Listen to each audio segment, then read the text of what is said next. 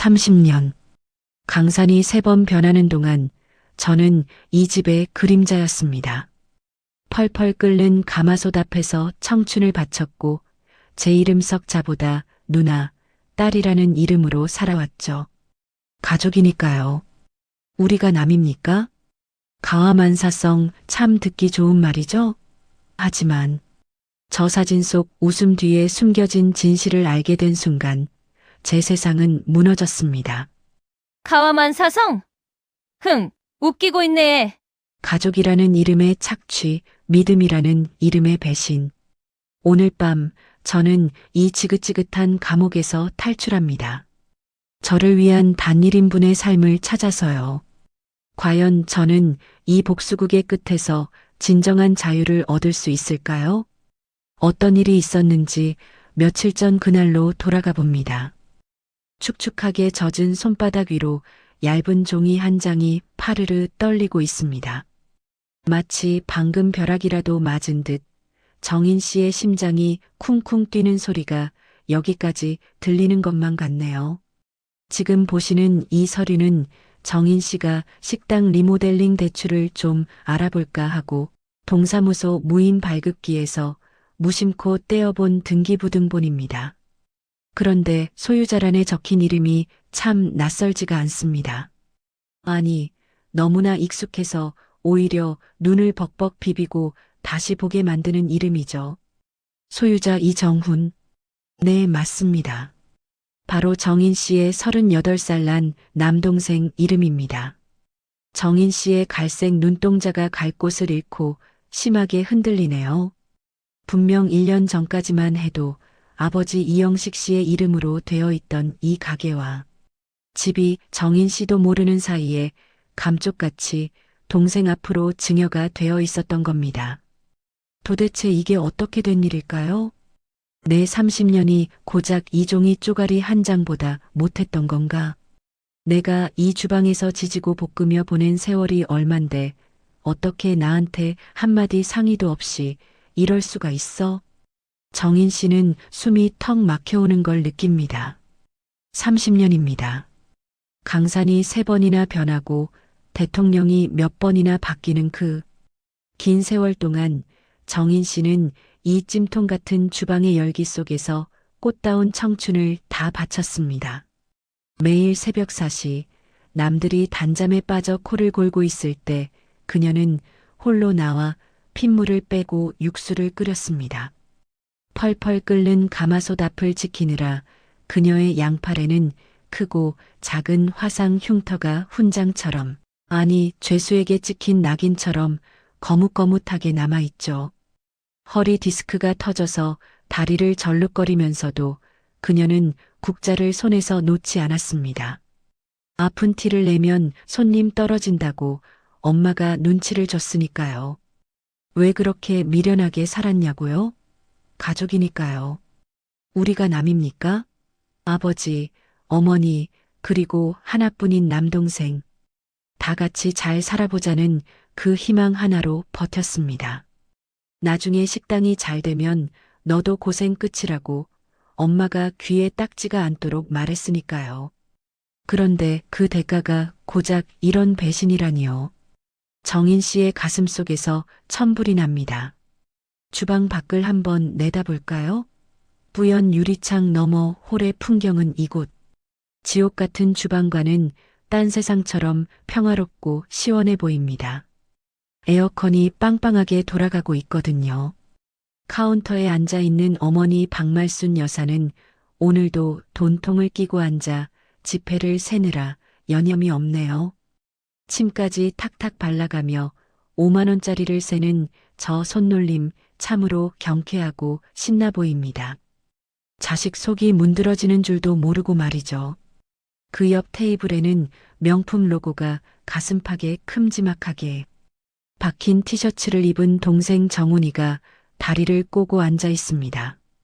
최신형 스마트폰을 가로로 쥐고 게임에 열중하고 있군요. 아, 엄마. 나 이번에 차 좀 바꿔주라. 벤츠 신형 나왔는데 기가 막혀. 친구들이 다 부러워한다고. 가게 매출도 올랐다며? 동생의 철없는 목소리가 열린 문틈으로 주방까지 흘러들어옵니다. 나이 40이 다 되도록 제 밥벌이 한번 제대로 못 해본 녀석입니다. 사업한답시고 누나 돈 까먹은 게 얼만데 또 차 타령이라니요. 어머니는 그런 아들이 밉지도 않은가 봅니다. 오히려 꿀이 뚝뚝 떨어지는 눈빛으로 쳐다보며 아들 엉덩이를 토닥거려 주네요.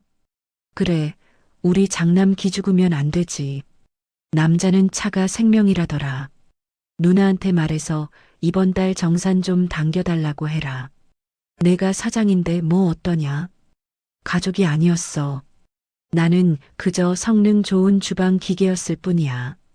돈 벌어오는 기계, 밥 해주는 식모, 동생 뒷바라지하는 호구. 정인 씨의 가슴 속에서 뜨거운 용암 같은 것이 치밀어 오릅니다.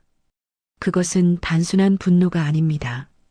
30년 세월이 통째로 부정당한 사람만이 느낄 수 있는 뼈가 녹아내리고 살점이 뜯겨나가는 듯한 처절한 허무함이죠. 그녀는 손에 쥐고 있던 등기부등본을 구겨서 주머니 깊숙이 쑤셔 넣습니다. 당장이라도 홀로 뛰쳐나가 밥상을 엎어버리고 엄마 멱살이라도 잡고 따지고 싶지만 정인 씨는 입술을 꽉 깨물어 피 맛을 봅니다. 너무 기가 막히면 말도 안 나온다더니 지금이 딱 그 짝입니다. 지금 나가서 소리쳐봤자 누나가 되어서 동생한테 그것도 못 해주냐는 핀잔이나 들을 게 뻔하니까요. 가마솥에서는 희뿌연 김이 쉴 새 없이 뿜어져 나와 정인 씨의 벌겋게 상기된 얼굴을 덮칩니다. 이마에서 흐르는 것이 땀인지 눈물인지 모를 물방울이 그녀의 턱을 타고 뚝뚝 떨어져 도마를 적십니다. 지금 정인 씨는 무슨 생각을 하고 있을까요? 아마도 지난 날들이 주마등처럼 스쳐 지나갈 겁니다. 처음 칼을 잡았던 20살의 그날, 서툰 칼질에 손가락을 깊게 베어 피를 흘리며 울고 있을 때 어머니가 던졌던 비수 같은 말. 어휴, 저 칠칠 맞은 것. 계집애가 독한 구석이 없어서 어디다 쓰냐? 동생 학비 보태려면 내가 정신 차려야지. 밴드 대충 붙이고 빨리 양판할까? 그때부터였습니다. 정인 씨가 입을 닫고 말없는 곰이 되기로 결심한 건요. 불평 한마디 없이 아프다는 소리 한 번 없이 묵묵히 일만 하면 언젠가는 부모님도 내 진심을 알아주시겠지, 내 몫을 챙겨주시겠지, 따뜻한 말 한마디 해주시겠지. 그렇게 믿었습니다. 하지만 그 믿음은 오늘 이 축축하고 비린내 나는 주방 바닥에 처참하게 내동댕이 쳐졌습니다. 정인 씨가 다시 도마 앞에 섭니다. 그녀의 손이 식칼의 나무 손잡이를 움켜쥐는데 그 힘이 어찌나 센지 손마디가 하얗게 질려 있습니다. 무시무시한 기세입니다. 도마 위에 놓인 것은 단단한 무입니다. 정인 씨가 칼을 높이 쳐듭니다. 탕, 탕, 탕, 콰직. 도마를 내리치는 칼질 소리가 평소와 확연히 다릅니다. 평소에 탁, 탁, 탁 하는 규칙적이고 리드미컬하던 소리가 아닙니다. 무언가를 지니기고 부수고 박살내는 듯한 거칠고 날카로운 파열음입니다. 마치 그녀의 갈깔이 찢어진 속마음처럼 말이죠. 주방 구석에서 팔을 다듬던 주방 보조 김씨 아주머니가 깜짝 놀라 정인 씨를 쳐다봅니다. 아유, 실장님. 왜 그러세요? 무슨 일 있으세요? 칼 부러지겠네. 하지만 정인 씨의 귀에는 아무 소리도 들리지 않습니다. 그녀의 눈에는 초점이 없습니다. 오로지 눈앞에 물을 썰어버리겠다는, 아니, 이 지긋지긋하고 징글징글한 껍데기뿐인 가족과의 인연을 베어버리겠다는 서늘한 살기만이 감돌 뿐입니다. 홀에 있는 가족들은 아직 꿈에도 모릅니다. 주방 안에서 어떤 폭풍이 몰아치고 있는지 자신들의 밥줄을 쥐고 있는 이 순간. 양 같던 여자가 지금 어떤 무시무시한 결심을 하고 있는지 말이죠. 그저 오늘 저녁엔 소고기를 구워 먹을까, 이번 주말엔 강원도로 놀러 갈까 하는 한가한 고민이나 하고 있겠죠. 정인 씨가 펄펄 끓어오르는 육수솥 뚜껑을 엽니다. 확 끼쳐오는 뜨거운 증기 속에 그녀는 자신의 슬프고도 독한 얼굴을 감춥니다. 하지만 이것 하나만은 분명해 보입니다. 오늘 끓이는 이 진한 육수가 가족을 위해 끓이는 마지막 국물이 될지도 모른다는 사실을요.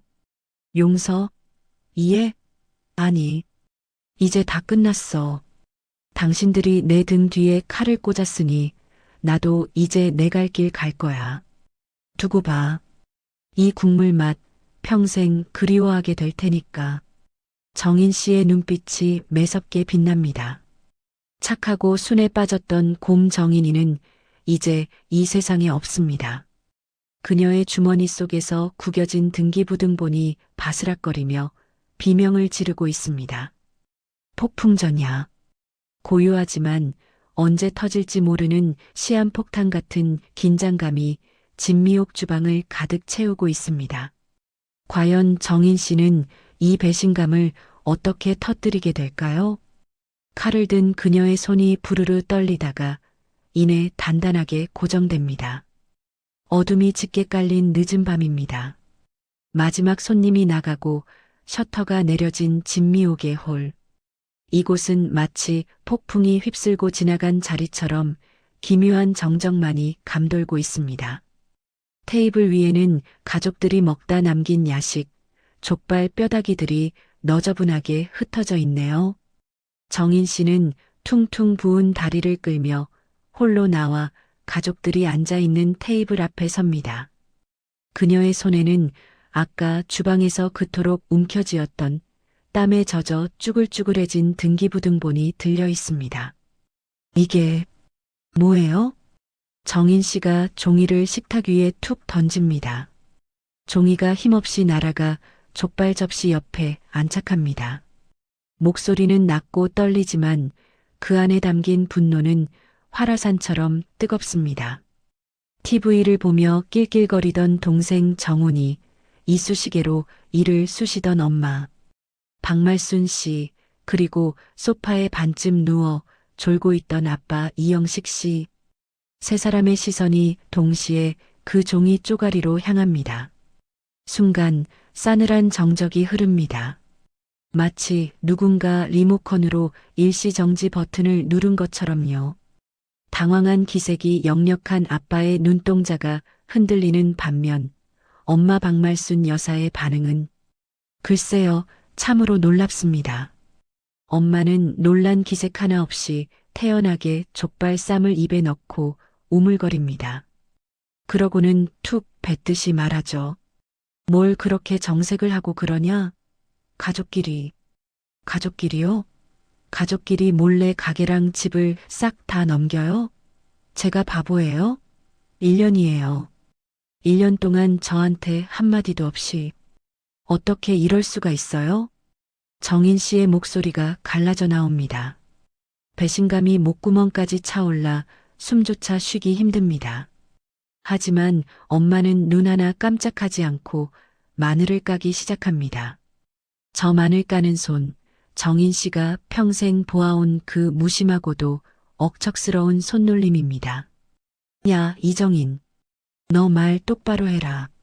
몰래 넘긴 게 아니라 장남기 좀 살려주려고 미리 해준 거야. 정훈이 저거 그동안 사업한다고 기죽어서 어깨 처진 거 안 보이냐? 남자가 지갑이 두둑해야 밖에서도 큰 소리치고 다니지. 너는 누나가 돼서 동생 기죽는 꼴이 그렇게 보고 싶냐? 기가 막혀서. 지금 그게 할 소리야? 동생 기 살려주려고 내 인생을 제물로 바쳤다고? 정인 씨는 귀를 의심합니다. 엄마의 입에서 나오는 저 말들은 논리가 아니라 폭력입니다. 옆에서 듣고 있던 동생 정훈이가 거들고 나섭니다. 다리를 건들건들 떨며 뱉는 말이 아주 가관입니다. 누나, 솔직히 누나가 이 가게 물려받아서 뭐하게? 시집갈 것도 아니잖아. 나중에 나이 들면 어차피 내가 누나 모셔야 하는데 미리 받은 게 뭐 대수라고. 그리고 이제 사장은 나니까 내일부터 메뉴 싹 갈아엎을 거야. 요즘은 퓨전이 대세라고. 그 촌스러운 곰탕 냄새. 아주 지겨워 죽겠어. 정인 씨는 주먹을 꽉 쥡니다. 손톱이 손바닥을 파고들어 피가 배어 나올 것만 같습니다. 저 철없는 놈이 새벽마다 뼈가 으스러지도록 고아낸 곰탕을 촌스러운 냄새라고 말합니다. 그 냄새가 자기를 먹여 살렸고 대학 보내줬고 유학까지 보내줬는데 말이죠. 정훈아, 내가 지금 그게 할 소리니? 너 유학비 누가 댔어?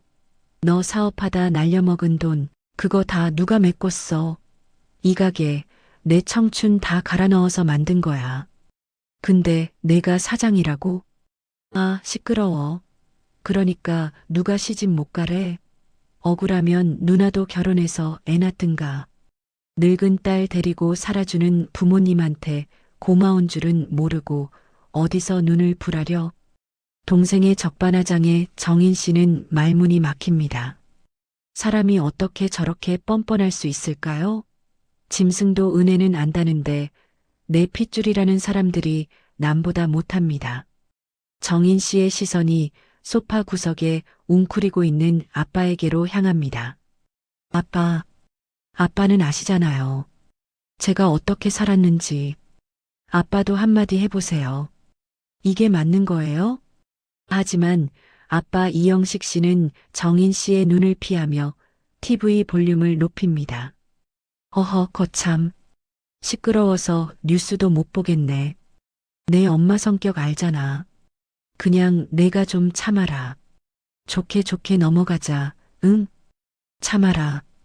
평생 들어온 그 말. 정인 씨의 가슴 속에서 무언가가 툭 하고 끊어지는 소리가 들립니다. 그것은 아마도 가족에 대한 마지막 기대 혹은 미련 같은 것이었을 겁니다. 엄마 박말순 여사가 쐐기를 박듯 한마디 더 보탭니다. 그래, 내 아빠 말 맞다. 그리고 너 어차피 갈 데도 없잖아. 그냥 여기서 월급 받으면서 일해. 남들은 취직 못해서 난리인데 평생 직장 생긴 셈 치고 고마워하면 될 것을 가지고 괜히 긁어부스럼 만들지 말고 들어가서 잠이나 자. 정인 씨는 입술을 깨뭅니다. 더 이상 눈물도 나지 않습니다. 눈앞에 있는 이 사람들은 가족이 아닙니다. 그저 정인 씨의 노동력과 돈을 빨아먹기 위해 기생하는 거머리들일 뿐입니다. 그녀는 더 이상 대꾸할 가치를 느끼지 못합니다. 이들과 대화하는 것은 벽에다 대고 소리치는 것보다 못한 일이니까요. 정인 씨가 천천히, 아주 천천히 몸을 돌립니다. 그래요. 알겠어요. 나지막이 내뱉는 그녀의 한마디에 엄마는 그럼 그렇지 않은 표정으로 다시 마늘을 까기 시작합니다. 엄마는 모를 겁니다. 정인 씨의 그 알겠어요가 순종의 의미가 아니라는 것을요.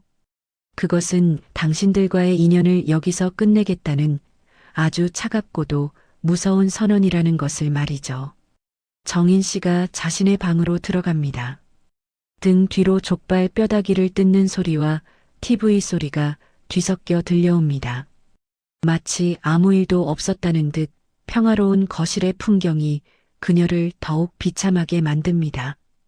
방문을 닫고 잠금 장치를 철컥 돌려 잠급니다. 이 좁은 방 한 칸만이 이 지옥 같은 집구석에서 유일하게 정인 씨를 보호해주는 요새입니다. 하지만 엄마는 그것조차 용납할 수 없나 봅니다. 방문 밖에서 들려오는 엄마의 목소리가 닫힌 문틈을 비집고 들어옵니다. 어휴, 저거 성질머리하고는 방문 닫는다고 해결될 줄 알아? 내일 아침 일찍 나와서 김치나 담가. 배추 100포기 절여놨으니까.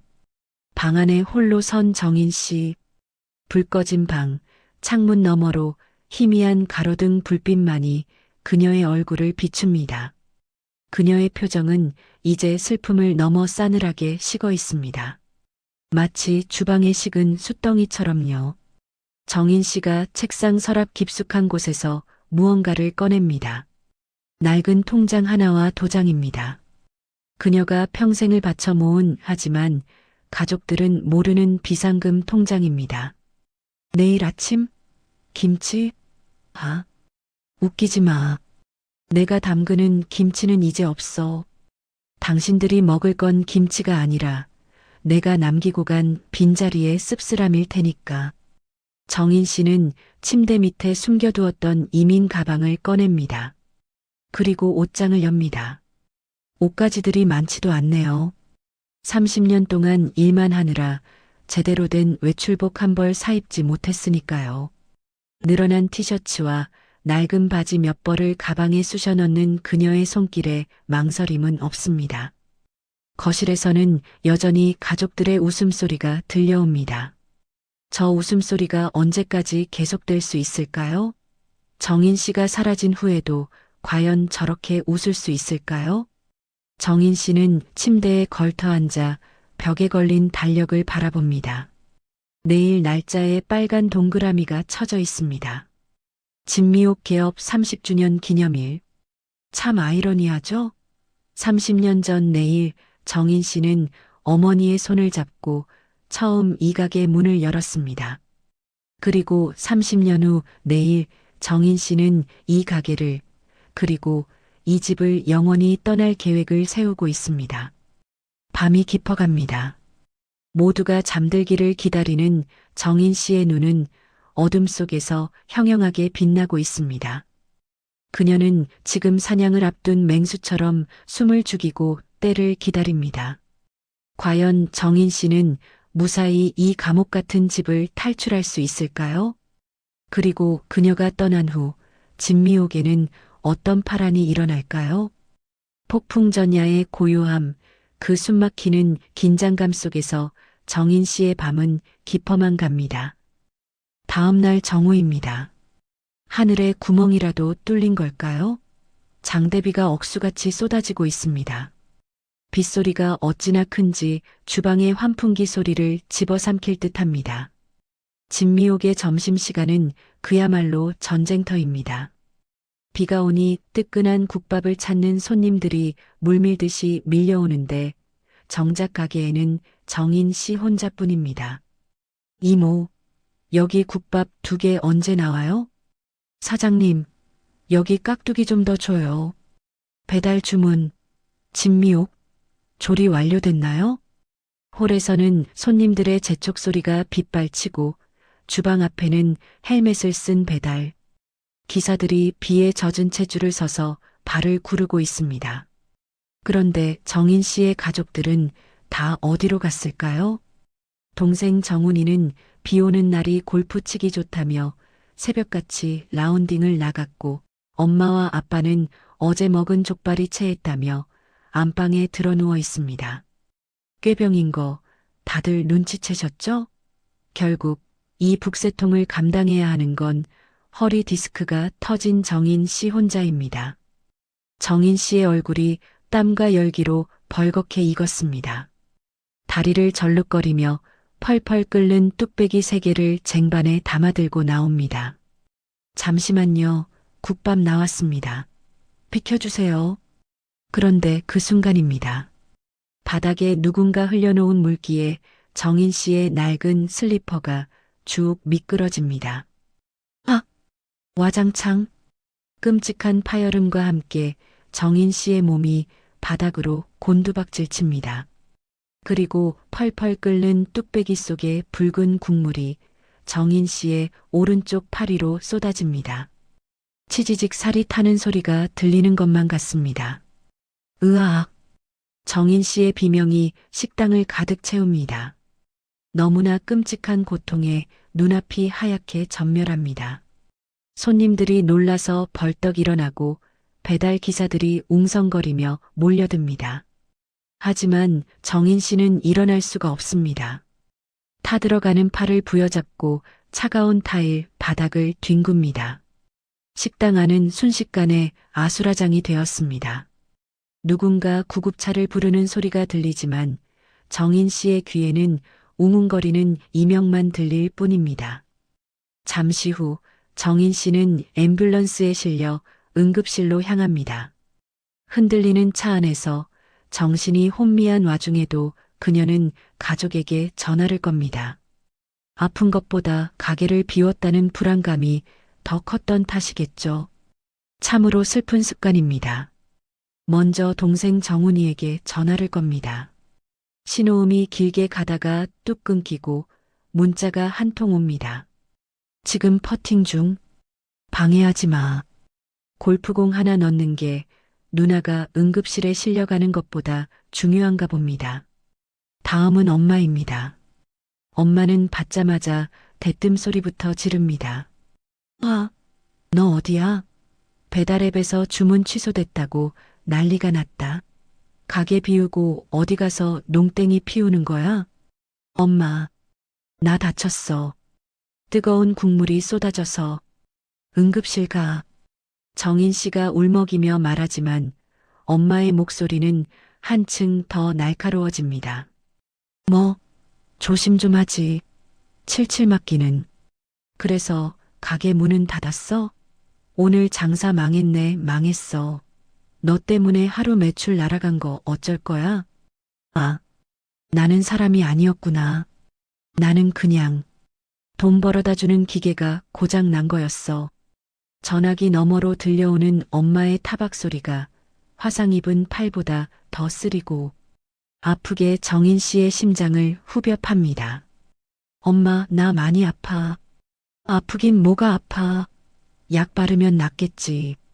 치료 빨리 받고 와서 저녁 장사는 해야 할 거 아니냐.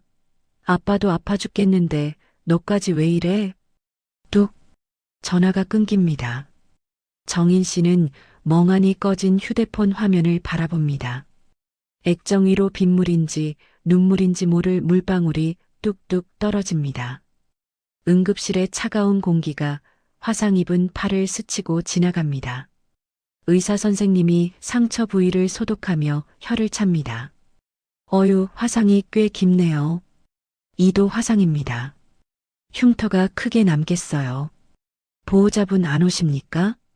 보호자. 정인 씨는 고개를 저으며 힘없이 웃습니다. 없어요. 저 혼자예요. 그 말이 입 밖으로 나오는 순간 정인 씨는 깨닫습니다. 물리적으로 혼자인 게 아니라 이 세상 천지에 나를 지켜줄 사람은 오직 나 자신뿐이라는 사실을요. 치료를 마치고 병원비 영수증을 받아든 정인 씨. 수납 창구 앞에 서서 카드를 꺼내려는데 손이 바들바들 떨립니다. 30년을 일했는데 내 몸 하나 치료할 돈이 아까워서 벌벌 떠는 자신의 모습이 너무나 처량합니다. 반면 동생은 지금쯤 수십만 원짜리 골프를 치고 엄마는 병원비보다 비싼 보약을 지어 먹고 있겠죠. 정인 씨는 병원 로비 의자에 털썩 주저앉습니다. 창밖에는 여전히 비가 억수같이 쏟아지고 있습니다. 빗물에 젖은 창문에 비친 자신의 얼굴을 봅니다. 헝클어진 머리, 퉁퉁 부은 눈, 붕대를 칭칭 감은 팔. 그 모습이 마치 쓰레기통에 버려진 낡은 인형 같습니다. 다 해지고 망가져서 더 이상 쓸모가 없어진 인형. 이정인, 정신 차려. 저 사람들은 내가 죽어도 장례식 비용 아까워할 사람들이야. 내 살이 타는 냄새보다 돈 타는 냄새를 더 무서워하는 사람들이라고. 정인 씨의 눈빛이 서서히 변합니다. 슬픔과 체념으로 가득 찼던 눈동자에 차갑고 단단한 얼음 같은 결의가 서리기 시작합니다. 그녀는 떨리는 손으로 휴대폰을 켭니다. 주소록을 엽니다. 엄마, 아빠, 내 동생 정훈이. 가장 위에 즐겨찾기 되어 있는 이 세 개의 이름. 정인 씨는 망설임 없이 삭제 버튼을 누릅니다. 하나, 둘, 셋. 화면에서 이름이 사라질 때마다 정인 씨의 가슴을 짓누르던 돌덩이가 하나씩 내려가는 기분입니다. 이제 남은 건 하나입니다. 그녀는 자리에서 벌떡 일어납니다. 화상 입은 팔이 욱신거려 오지만 그 고통이 오히려 정신을 번쩍 들게 합니다. 병원을 나서는 정인 씨의 걸음걸이가 빗속을 뚫고 거침없이 나아갑니다. 그녀가 향하는 곳은 집이 아닙니다. 그녀는 택시를 잡아타며 기사님께 짧게 말합니다. 아저씨, 가장 빠른 길로 가주세요. 어디로 가는 걸까요? 정인 씨의 눈은 이미 과거의 미련을 불태워버리고 오직 앞만 보고 있습니다. 비는 여전히 쏟아지지만 정인 씨의 마음속 폭풍우는 이제 막 걷히기 시작했습니다. 진짜 폭풍우는 이제부터 그녀가 없는 진미옥에 몰아치게 될 테니까요. 시계 바늘이 새벽 3시를 가리키고 있습니다. 세상 모든 것이 잠든 가장 고요하고도 깊은 밤이죠. 비는 그쳤지만 축축하게 젖은 아스팔트 위로 가로등 불빛만이 쓸쓸하게 비치고 있는 시간입니다. 택시에서 내린 정인 씨가 도둑고양이처럼 살금살금 집 현관문 앞에 섭니다. 분명 제 집인데 비밀번호를 누르는 손길이 남의 집 담장을 넘는 도둑마냥 조심스럽습니다. 띠리릭. 도어록이 해제되는 소리가 오늘따라 유난히 크게 들리네요. 정인 씨가 숨을 헉하고 멈춥니다. 다행히 거실에서는 아버지가 코를 드르렁드르렁 고는 소리만 들려올 뿐 인기척은 없습니다. 정인 씨는 신발도 벗지 않고 까치발을 든 채 자신의 방으로 직행합니다. 어제 미리 싸두었던 그 이민 가방. 낡아서 모서리가 해진 그 가방이 침대 밑에서 주인을 기다리고 있었네요. 그녀는 가방을 꺼내 들고 방을 한번 둘러봅니다. 42년. 태어나서 지금까지 단 한 번도 떠나본 적 없는 방입니다. 벽지에 곰팡이가 슬어 거뭇거뭇한 구석, 어릴 때 동생이 낙서해 놓은 자국, 주방 냄새가 배어 아무리 환기를 해도 빠지지 않는 퀴퀴한 냄새까지. 이 모든 것이 정인 씨의 삶이었습니다. 하지만 이제는 아닙니다. 잘 있어라. 지긋지긋한 감호가 다시는 돌아오지 않을 거야. 정인 씨는 책상 위에 무언가를 올려놓습니다. 가게 열쇠 꾸러미, 그리고 가족 카드가 들어있는 지갑입니다. 엄마가 장볼 때나 쓰라며 던져주었던 그 카드죠. 정인 씨는 그것들을 미련 없이 내려놓습니다. 마치 수갑을 풀 듯 말이죠. 그리고 마지막으로 화장대 거울에 포스트잇 한 장을 붙입니다. 내용은 짧고 굵습니다. 찾지 마세요. 죽은 셈 치세요. 이제 나갈 시간입니다. 가방을 맨 정인 씨의 어깨가 한결 가벼워 보입니다. 붕대감은 팔이 욱신거리지만 그 통증마저 살아있다는 증거처럼 느껴져 오히려 힘이 됩니다. 현관을 나서려는데 거실벽에 걸린 가족 사진이 눈에 들어옵니다. 환하게 웃고 있는 부모님과 동생, 그리고 그 구석에 어색하게 서 있는 무표정한 정인 씨. 정인 씨는 그 사진을 향해 피식 조소를 날립니다. 가와만사성? 흥, 웃기고 있네. 철컥. 현관문이 닫힙니다. 센서 등이 꺼지고 집안은 다시 어둠에 잠깁니다. 정인 씨가 아파트 복도를 걸어 나갑니다. 한 걸음 한 걸음 내디딜 때마다 발목을 잡고 있던 보이지 않는 족쇄가 끊어지는 소리가 들리는 듯합니다. 엘리베이터를 기다리지 않고 비상계단을 택합니다. 뚜벅, 뚜벅. 계단을 내려가는 발소리가 텅 빈 건물에 경쾌하게 울려 퍼집니다. 1층 현관을 나서자 차가운 새벽 공기가 정인 씨의 폐부 깊숙이 밀려 들어옵니다. 아, 이 맛입니다. 곰탕 냄새도, 파 냄새도, 락스 냄새도 아닌 자유의 냄새. 정인 씨는 눈을 감고 깊게 심호흡을 합니다. 밤하늘엔 별 하나 보이지 않지만 정인 씨의 마음속엔 이미 찬란한 태양이 떠오르고 있습니다. 그때 저 멀리서 첫 차 버스가 헤드라이트를 비추며 다가옵니다. 정인 씨는 주저없이 손을 흔듭니다. 버스가 멈추고 치익하는 소리와 함께 문이 열립니다. 어디 가세요? 졸린 눈을 비비며 묻는 기사님에게 정인 씨는 생전 처음 들어보는 씩씩한 목소리로 대답합니다. 터미널이요. 가장 멀리 가는 표 끊으러 갑니다. 버스가 출발하고 차창 밖으로 익숙한 동네 풍경이 빠르게 뒤로 밀려납니다. 정인 씨가 매일 장을 보던 시장 골목, 뛰어다니던 배달길, 그리고 멀어지는 진미옥 간판.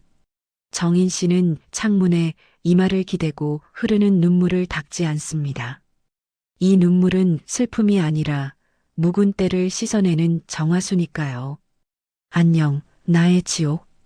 안녕, 나의 불행했던 과거요.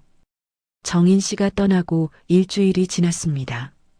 과연 진미옥은 어떻게 되었을까요? 굳이 말 안 해도 짐작이 가시죠?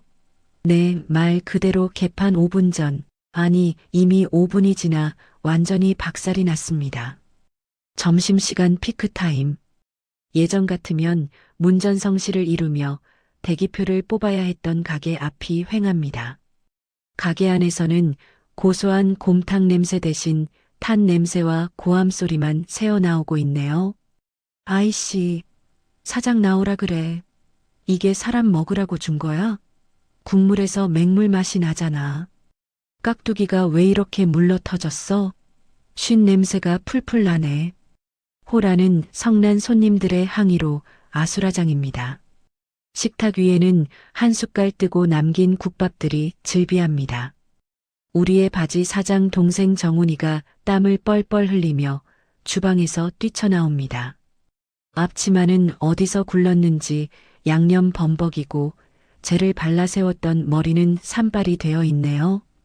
아, 손님. 죄송합니다. 제가 육수를 좀 더 졸인다는 게.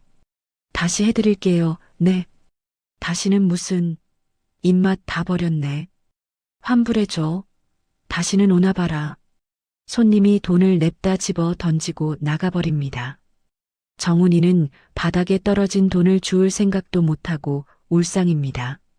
그 콧대 높던 기세는 온데간데 없고 쭈그려 앉은 꼴이 영락없는 폐잔병입니다. 카운터의 박말순 여사는 어떻습니까? 돈 세는 재미에 살던 분이 이제는 계산기를 두드리며 한숨만 푹푹 쉬고 있습니다. 아이고, 두통이야. 정훈아, 너 주방에서 뭐 했길래 맛이 이 모양이야? 누나, 어깨 너머로 배운 거 없어? 조미료라도 좀 팍팍 넣어보라니까. 엄마, 나도 미치겠다고. 누나가 레시피를 하나도 안 적어놓고 갔단 말이야. 소금 넣으면 짜다고 난리, 물 넣으면 싱겁다고 난리. 아우, 진짜. 정훈이가 국자를 바닥에 패대기 칩니다. 쨍그랑. 국자 날아가는 소리가 가게의 몰락을 알리는 종소리 같습니다. 사실 정인 씨의 손맛은 레시피로 되는 게 아닙니다. 새벽부터 뼈 핏물을 빼고 불 조절해가며 6시간을 지켜 서 있는 그 정성, 그게 비법이었거든요. 그걸 골프채나 휘두르던 놈이 알 리가 있나요? 그때 구석에서 눈치만 보던 아빠 이영식 씨가 슬그머니 일어나 도망치려 합니다. 나 동창에 있어서 좀 나갔다 옴세. 하지만 독이 오를 대로 오른 박말순 여사에게 딱 걸리고 말았죠. 어딜 도망가. 당신 딸내미 교육을 어떻게 시켰길래. 집을 나가. 빨리 전화해서 잡아와. 가서 무릎이라도 꿇고 빌어서 데려오란 말이야. 아니, 전화번호를 바꿨는데 내가 무슨 수로. 그리고 당신이 내쫓다시피 했잖아.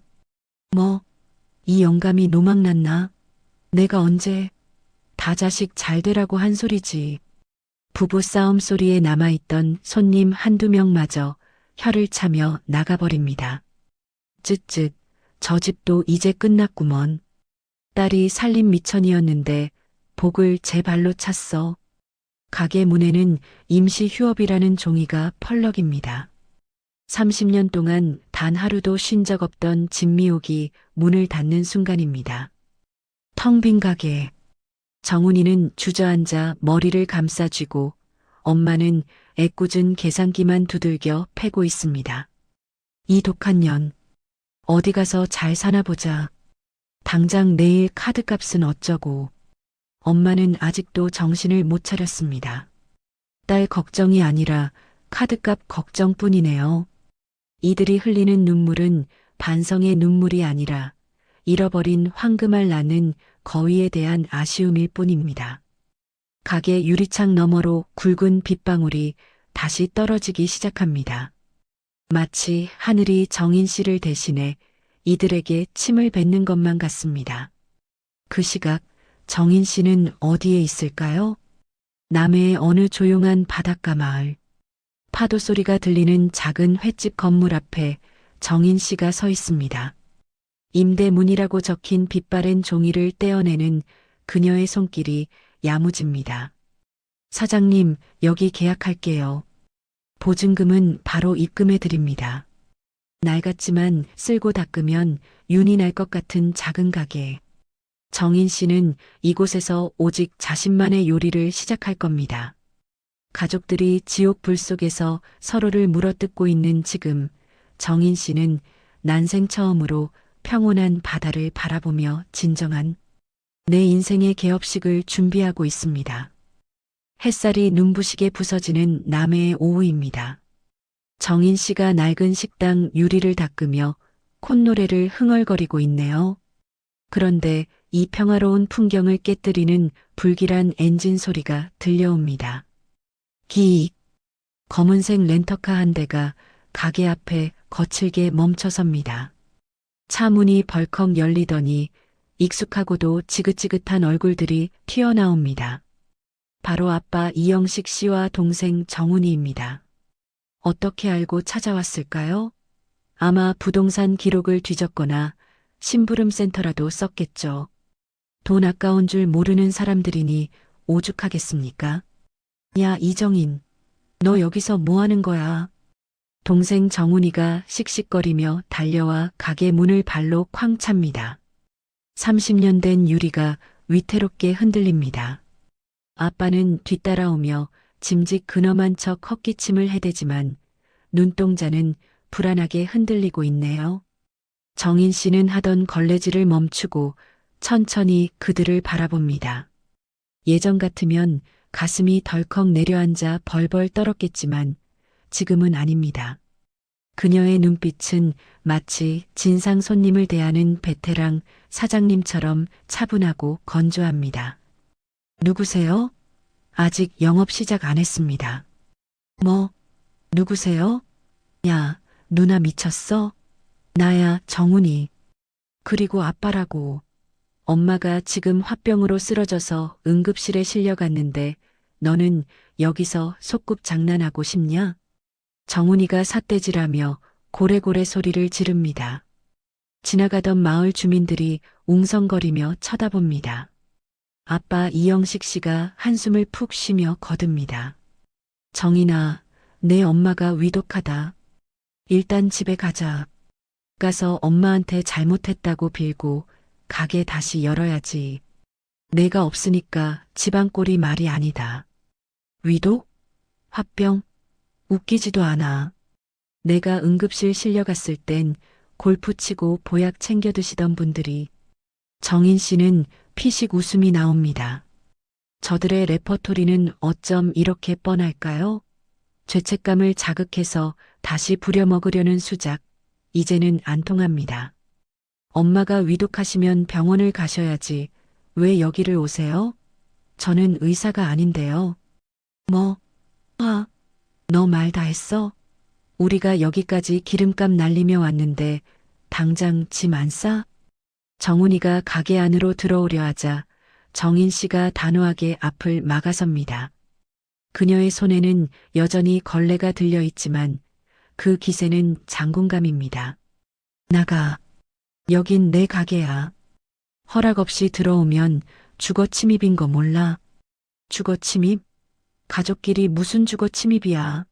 그리고 너 이 가게 차린 돈, 그거 다 우리 집 돈 훔쳐서 나온 거잖아. 내가 너 고소할 거야. 횡령죄로 감방 가고 싶어? 적반하장도 유분수지. 동생은 이제 도둑 취급까지 합니다. 정인 씨의 비상금, 그건 그녀가 월급도 못 받고 일하며 시장 볼 때 1,000원, 2,000원 아껴서 모은 피 같은 돈입니다. 그걸 횡령이라니요. 정인 씨는 더 이상 대화할 가치도 없음을 느낍니다. 그녀는 주머니에서 휴대폰을 꺼내 112를 누릅니다. 네, 경찰서죠? 여기 해안로 1번지 식당인데요. 낯선 남자 2명이 와서 행패를 부리고 있습니다. 네, 영업 방해하고 기물 파손하려고 해요. 빨리 좀 와주세요. 무서워서 못 살겠어요. 정훈이와 아빠의 눈이 왕방울만해집니다.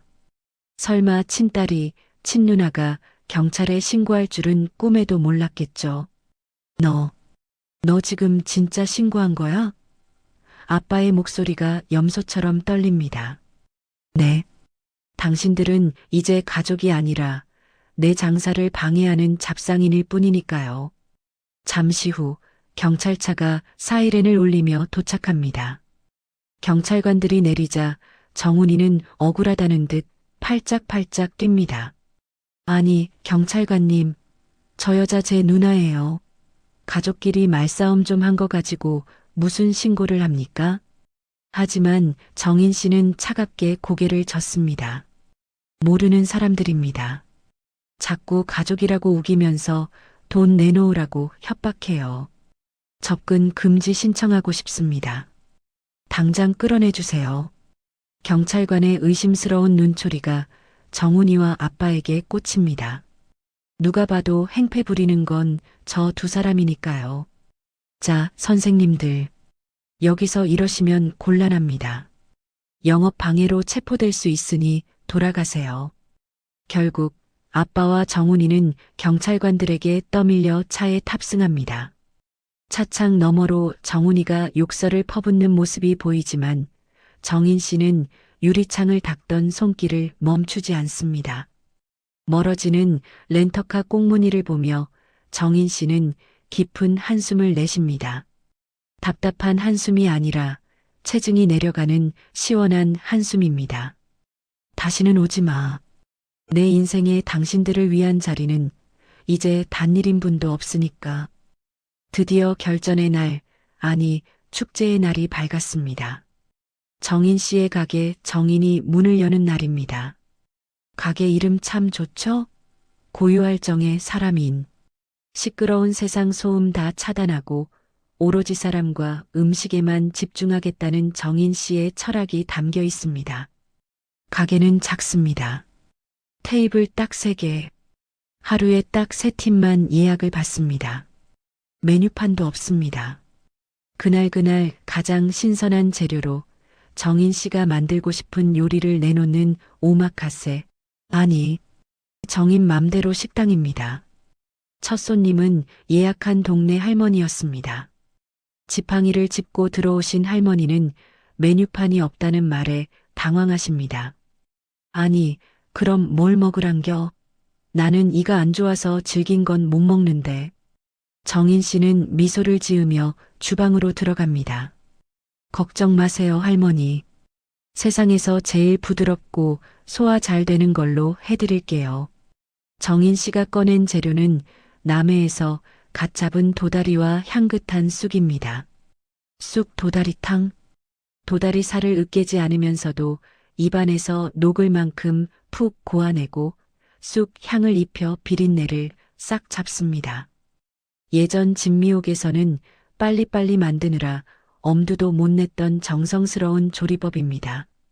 보글보글 끓는 뚝배기를 할머니 앞에 내려놓자 구수한 냄새가 가게 안을 가득 채웁니다.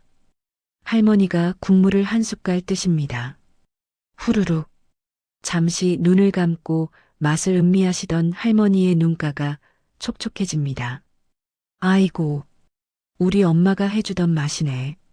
내가 이 맛을 잊고 살았는데 죽기 전에 다시 먹어보네. 고마워요, 새댁. 정말 고마워. 그 말을 듣는 순간 정인 씨의 가슴 속에서 무언가가 벅차오릅니다. 지난 30년 동안 수만 그릇의 국밥을 팔았지만 고맙다는 말을 들어본 적이 있었나요? 짜다, 싱겁다, 늦게 나온다는 불평만 들었죠. 음식이란 단순히 배를 채우는 게 아니라 누군가의 마음을 어루만지는 위로가 될 수 있다는 걸 정인 씨는 42이 되어서야 비로소 깨닫습니다. 맛있게 드셔주셔서 제가 더 감사합니다. 정인 씨는 주방 구석에서 몰래 눈물을 훔칩니다. 슬픈 눈물이 아닙니다. 내 요리가 누군가에게 행복이 되었다는 기쁨, 그리고 나도 이제 요리사로서 존중받는다는 자존감이 차오르는 눈물입니다. 그날 밤 정인 씨의 통장에 첫 매출이 찍힙니다. 3만 원. 금액은 작지만 그 어떤 돈보다 묵직하고 값진 돈입니다. 가족들 눈치 보느라 뺏기지 않아도 되는 오로지 정인 씨의 땀과 정성이 담긴 온전한 내 돈이니까요. 영업이 모두 끝난 밤 10시. 영업 종료 팻말을 걸고 커튼을 내린 가게 안은 고요합니다. 보통 이 시간이면 정인 씨는 파김치가 되어 쓰러져 잤겠지만 오늘은 다릅니다. 주방 조명을 은은하게 낮추고 냉장고에서 가장 좋은 채끝 등심 한 덩이를 꺼냅니다. 손님에게 팔고 남은 재료가 아닙니다. 오로지 오늘 밤 자기 자신에게 대접하기 위해 따로 사둔 최고급 고기입니다. 치익. 달궈진 팬 위에 고기가 올라가고 버터 향과 로즈마리 향이 주방을 감쌉니다. 정인 씨는 아주 신중하게 고기를 굽습니다. 엄마가 먹다 남긴 찬밥에 물 말아 먹던 시절, 손님들이 남긴 반찬으로 배를 채우던 시절은 이제 없습니다. 잘 구워진 스테이크를 예쁜 접시에 담고 가니쉬로 구운 아스파라거스와 방울토마토를 올립니다. 그리고 와인잔에 붉은 와인을 따릅니다. 창가 테이블에 혼자 앉습니다. 창밖에는 밤바다의 파도 소리가 철썩, 철썩 들려옵니다. TV 소리도, 엄마의 잔소리도, 동생의 투정도 없는 완벽한 정막. 이 고요함이 얼마나 달콤한지 모릅니다. 정인 씨는 나이프를 들어 고기를 썹니다. 슥, 싹. 한 점을 입에 넣고 천천히 씹습니다. 육즙이 입안 가득 퍼집니다. 30년 동안 남의 입에 들어갈 음식만 만들었는데 내 입에 들어가는 음식이 이렇게 맛있는 줄은 미처 몰랐습니다. 맛있다. 진짜 맛있다. 이정인.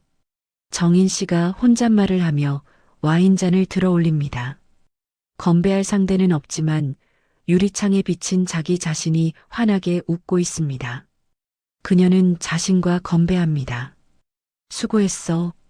그동안 버티느라, 살아내느라, 그리고 용기 내어 탈출하느라. 이제 너는 자유야. 이 맛있는 인생, 남김없이 다 먹어치우자. 정인 씨가 와인을 한 모금 마시자 발그레한 취기가 기분 좋게 올라옵니다. 그녀의 얼굴에 띈 미소는 더 이상 말없는 곰의 미련한 웃음이 아닙니다. 자신의 삶을 스스로 요리해 나가는 당당하고 우아한 오너 셰프의 미소입니다. 화면이 서서히 멀어지며 정인이라는 간판. 불빛이 밤바다를 등대처럼 비추는 모습에서 드라마는 막을 내립니다.